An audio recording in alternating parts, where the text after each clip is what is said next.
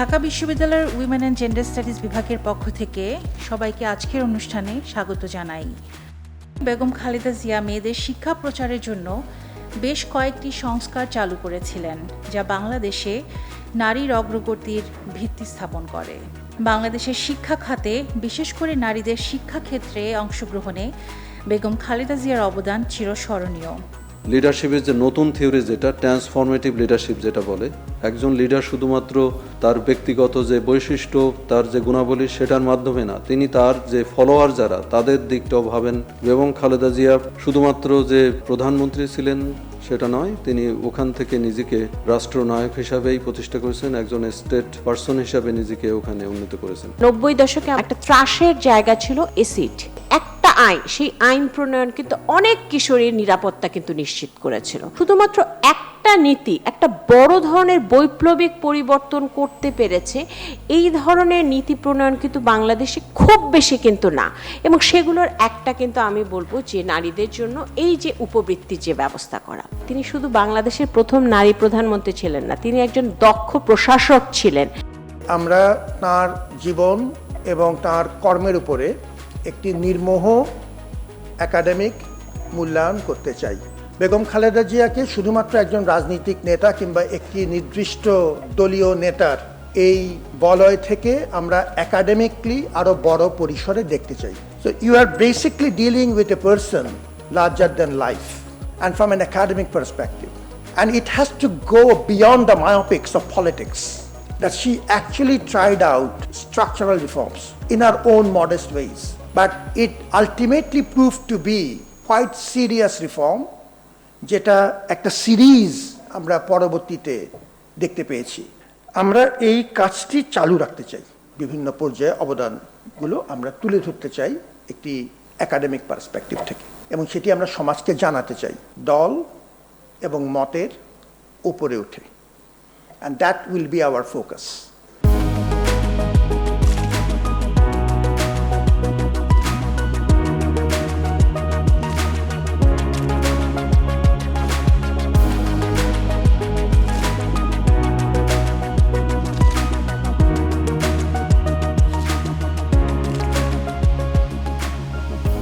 নারী উন্নয়নে খালেদা জিয়া বিষয়টি কোনো ব্যক্তির রাজনৈতিক অর্জন কিংবা একজন সাবেক প্রধানমন্ত্রীর কাজের তালিকা নয়। এটি একটি রাষ্ট্রীয় দর্শন, রাষ্ট্র কিভাবে নারীকে দেখছে, নীতি নির্ধারণী চর্চা এবং সামাজিক রূপান্তরের বিশ্লেষণ। নারী উন্নয়ন ধীরে ধীরে সহানুভূতির পরিসর থেকে বেরিয়ে রাষ্ট্রীয় নীতি, আইনি কাঠামো এবং নাগরিক অধিকারের ভাষায় প্রবেশ করে। নারীর জন্য, দেশের জন্য বেগম খালেদা জিয়া, এটি একটি নারীর জীবনের গল্প। আমি কথা বলবো বেগম খালেদা জিয়ার রাজনৈতিক জীবন নিয়ে এবং তা ব্যাখ্যা করব নারীর ক্ষমতায়ন ও ফেমিনিজমের দৃষ্টিকোণ থেকে। বেগম খালেদা জিয়ার সরকারের সময় নারী ও শিশু নির্যাতনের বিষয়টি গুরুত্ব পায়। শিক্ষা নারীদের শুধু চাকরির সুযোগ দেননি, বরং আত্মবিশ্বাস দিয়েছেন। লিবারাল ফেমিনিজমের আলোকে তার রাজনৈতিক জীবন প্রমাণ করে যে নারীরা বিদ্যমান রাষ্ট্র ও রাজনৈতিক কাঠামোর মধ্যেই কার্যকর ও প্রভাবশালী নেতৃত্ব প্রদান করতে সক্ষম। এটি বাস্তব ও কার্যকর। বাংলাদেশের মতো একটি উন্নয়নশীল দেশে নারীর ক্ষমতায়ন আর্থসামাজিক, রাজনৈতিক ও আদর্শিক দিক থেকে অসম্ভব গুরুত্ব বহন করে। 1 নম্বর, শিক্ষাক্ষেত্রে নারীদের বর্ধিত সুযোগ তৈরিকরণ। 2 নম্বর, নারীদের অধিকতর আইনি সুরক্ষা নিশ্চিতকরণ। এবং 3 নম্বর, রাজনৈতিক প্রক্রিয়ায় নারীদের অধিকতর অংশগ্রহণ পথ সুগম করা।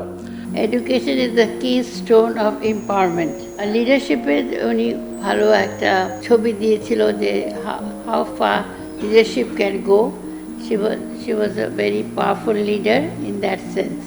Begum Khaleda Zia has opened a new horizon of attaining political empowerment of women. মূল প্রবন্ধ উপস্থাপন করবেন উইমেন অ্যান্ড জেন্ডার স্টাডিজ বিভাগের অধ্যাপক ডক্টর সৈয়দ শাইক ইমতিয়াজ।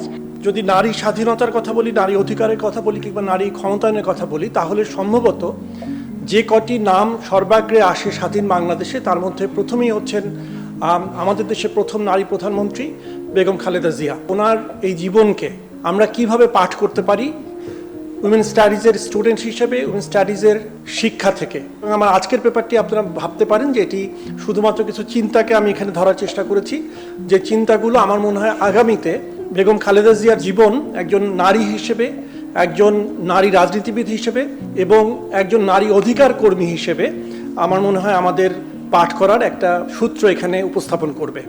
উনি ইনহেরিট করেননি, উনি যেখানে এসেছেন সেটা তিনি প্রতিষ্ঠা করেছেন। তিনি স্বামী হারিয়েছেন মাত্র 35 বছর বয়সে, যখন তার দুটো ছোট ছোট শিশু সন্তান ছিল, এবং মানুষই তাকে দিয়েছে সেই আপসীন নেত্রীর যে সম্মাননাটা, যে টাইটেলটা, সেটাও কিন্তু এখানে উল্লেখযোগ্য। অনেকে বলে শিক্ষাই কেবল তিনি, নো, শুধু শিক্ষা শিক্ষা অবশ্যই এখানে একটা বিরাট বড় কম্পোনেন্ট নারীর ক্ষমতায়নে, সেটাও আমাদেরকে মাথায় রাখতে হবে। জেনজি অংশগ্রহণকারীদের অধিকাংশই খালেদা জিয়ার শাসনকাল সরাসরি দেখেননি। এই প্রজন্মের ধারণা এবং জানাশোনা অনেকটাই ভিন্ন। তার ব্যক্তিগত উপস্থিতি, দৃঢ় ব্যক্তিত্ব এবং ফ্যাশন সেন্স আজকের দিনেও অনুপ্রেরণাদায়ক। খালেদা খানম পুতুল কোনো নির্দিষ্ট দলের সম্পদ নয়, তিনি দেশের একটি গুরুত্বপূর্ণ সম্পদ। আসলে একজন নেত্রী বা একজন দেশের রাষ্ট্রপ্রধান যিনি, তার অবদানগুলোকে অনেকভাবে হয়তো ক্ষুণ্ণ করছে, যে ধরনের ডিসকোর্স আমরা সময়ের সাথে সাথে দেখে এসেছি। সো এই পলিটিক্স অফ পলিটিক্যাল ডিসকোর্স, এটা কিভাবে তৈরি হচ্ছে এবং এটার পেছনে আসলে কারা কন্ট্রিবিউট করেছে এবং সেখানে আমরা এই জায়গাগুলোকে কিভাবে ভাঙতে পারি, সেই কারণে একাডেমিয়াতে এই ধরনের গবেষণাগুলো হওয়াটা খুবই প্রয়োজন। তৃণমূল থেকে জাতীয় পর্যায়ে নারী নেতৃত্ব আসলে কেমন হতে যাচ্ছে? আমাদের মনে হয় প্রবাবলি আরো কয়েক যুগ এটাতে সবাইকে একসাথে কাজ করতে হবে। ওনার পলিটিক্যালি বা আইডিওলজিক্যালি কি ভুল ছিল যার কারণে ওনার এই 17 বছরের নির্বাসিত জীবনটা বরণ করতে হয়েছে?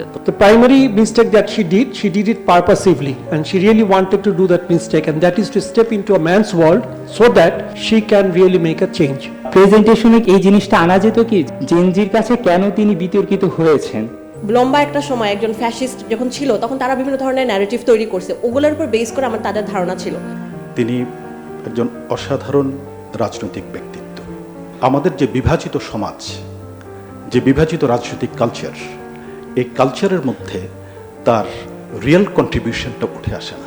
দেয়ার should be a research centre যেখানে বেগম খালেদা জিয়ার সম্পর্কিত ওনার যে কন্ট্রিবিউশনগুলো আছে সেগুলো নিয়ে গবেষণা হবে, এবং এই গবেষণাটা ঢাকা বিশ্ববিদ্যালয় কর্তৃপক্ষ করবে।